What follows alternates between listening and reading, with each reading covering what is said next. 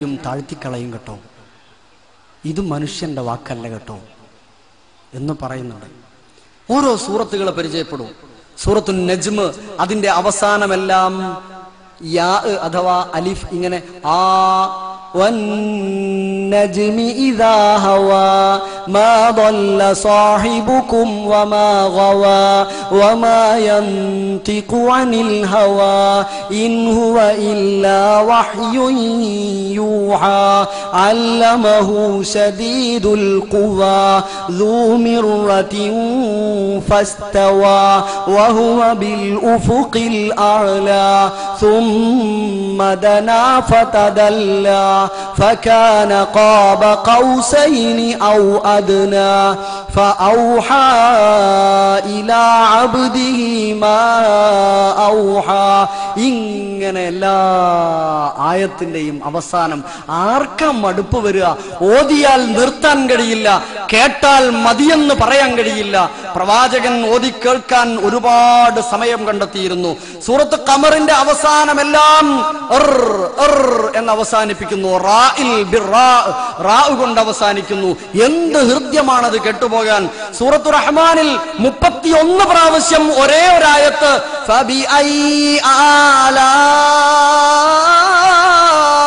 റബ്ബികുമാ തുകസ്സിബാൻ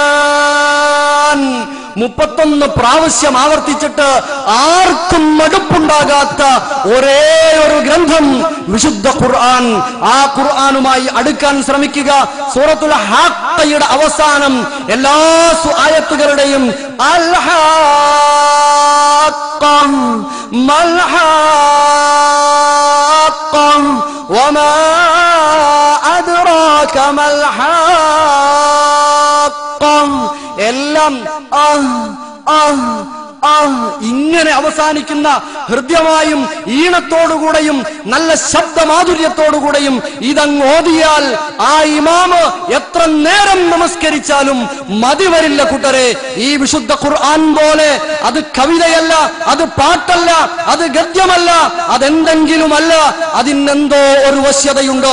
അത് ഓതി കേൾക്കുമ്പോൾ ഉമർ പോലും ജീവിതത്തിന് മാനസാന്തരം സംഭവിച്ച് അത്രയേറെ കടുത്ത മനസ്സ് ഇസ്ലാം സ്വീകരിക്കാൻ തയ്യാറായെങ്കിൽ ആ വിശുദ്ധ ഖുർആനിന്റെ വശ്യത തന്നെയാണ് എന്ന് നമുക്ക് മനസ്സിലാക്കാൻ കഴിയും. സൂറത്തുൽ മുസമ്മിൽ പരിചയപ്പെട്ടു നോക്കൂ.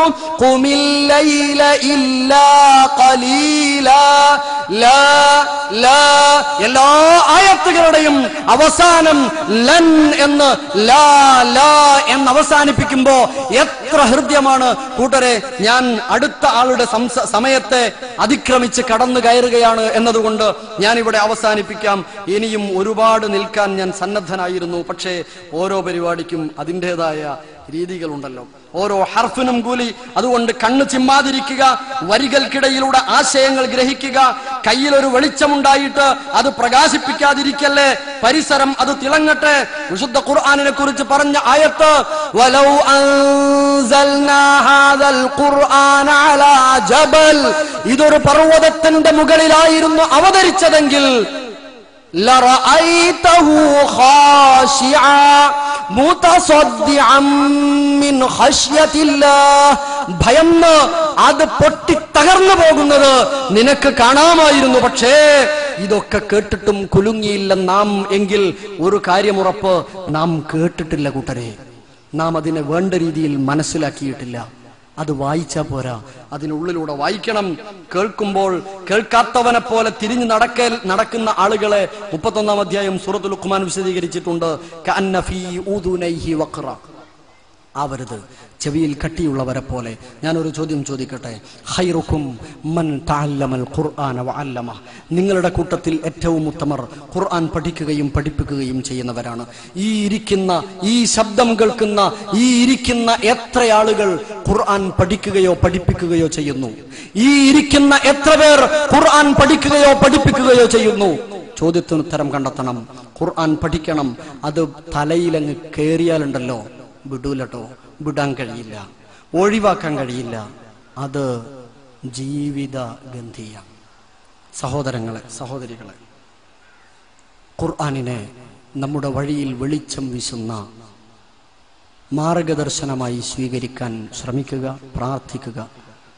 അല്ലാഹു അങ്ങനെ യഥാവിധി ജീവിക്കാനും സമാധാനം കണ്ടെത്താനും സാധിക്കുന്ന യഥാർത്ഥ മുത്തഖികളുടെ കൂട്ടത്തിൽ നമ്മെ ഉൾപ്പെടുത്തി അനുഗ്രഹിക്കുമാറാവട്ടെ.